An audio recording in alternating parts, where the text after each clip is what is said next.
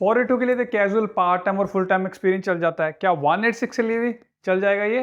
तो चलिए बात कर लेते हैं। तो देखिए, जो 482 है वो एक टेम्परेरी वीजा है, जो 186 है वो एक परमानेंट वीजा है।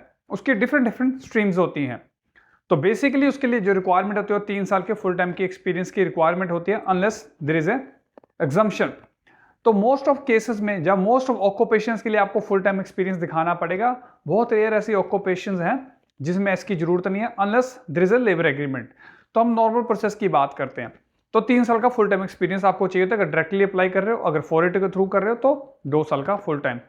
अभी प्रॉब्लम क्या आता है, कई बार बोल देते हैं कि सर मेरे दोस्त ने तो पार्ट टाइम डाला था और उसको तो ग्रांट हो गया। क्या पार्ट टाइम भी एक्सेप्टेबल होता है? देखिए, ये चीज वेरी करेगी ऑफिसर टू ऑफिसर, पर जो लॉ है वो कहता है कि भाई फुल टाइम ही चाहिए। तब इसका मतलब क्या हुआ? उसका मतलब ये हुआ कि अगर ऑफिसर आपका वीजा रिफ्यूज कर देता है इस बिहाफ पे, तो आप जीत नहीं सकते ट्राइब्यूनल में, बिकॉज लॉ सेज के भाई 3 साल का ही फुल टाइम चाहिए। अब जैसे मैंने बोला, एग्जाम्पशंस होती हैं इस केस में, डिपेंड करता है occupation to occupation plus stream to stream, but most of the cases में आप यही लगा के चलो कि फुल टाइम एक्सपीरियंस ही चाहिए। आई होप इस वीडियो से आपको पता चल गया होगा कि 186 और 482 के एक्सपीरियंस में काफी वेरिएशन आ जाती है और क्या क्या रिक्वायरमेंट्स होती है। और मैंने लास्टली ये बोलना चाहता हूं, मैंने पहले भी बताया कि आपको ये पता होना चाहिए कि फुल टाइम बोलते किसको हैं, 38 आवर्स को बोलते हैं या average of 32 to 48 hours, 45 hours.